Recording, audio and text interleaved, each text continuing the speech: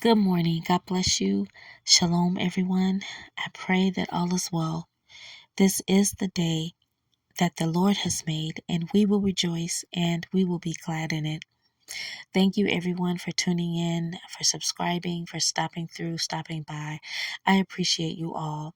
Thank you so much for tuning into this channel. This is our channel where God is, we don't know what's going to happen.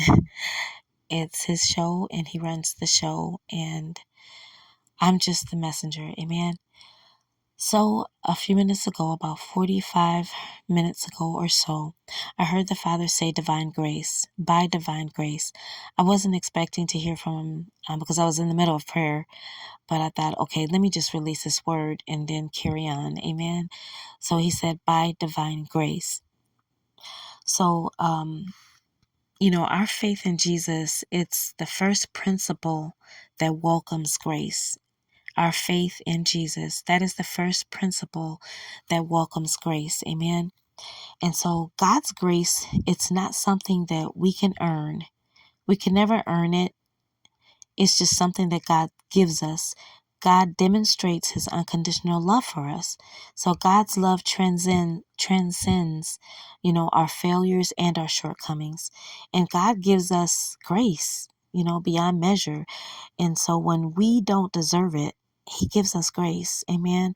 And when we experience God's grace, we can extend it to others because God looks beyond our faults and He gives us grace. So grace also enables us to, be more likely to keep God's commandments. Amen. And so to obtain the full statue of Jesus, walking in that full stature of Jesus, it enables us. Grace enables us to do and to be what we can't be on our own. Amen. If we were left on our own, we couldn't be those things, without God's grace. And so God's grace, it enables and strengthens us. And it also empowers us to be more like Christ, to be more like Christ-like. Amen. And so that was just a short teaching. I guess I can call it a teaching or whatever, upon divine grace. It just dropped in my spirit really quickly.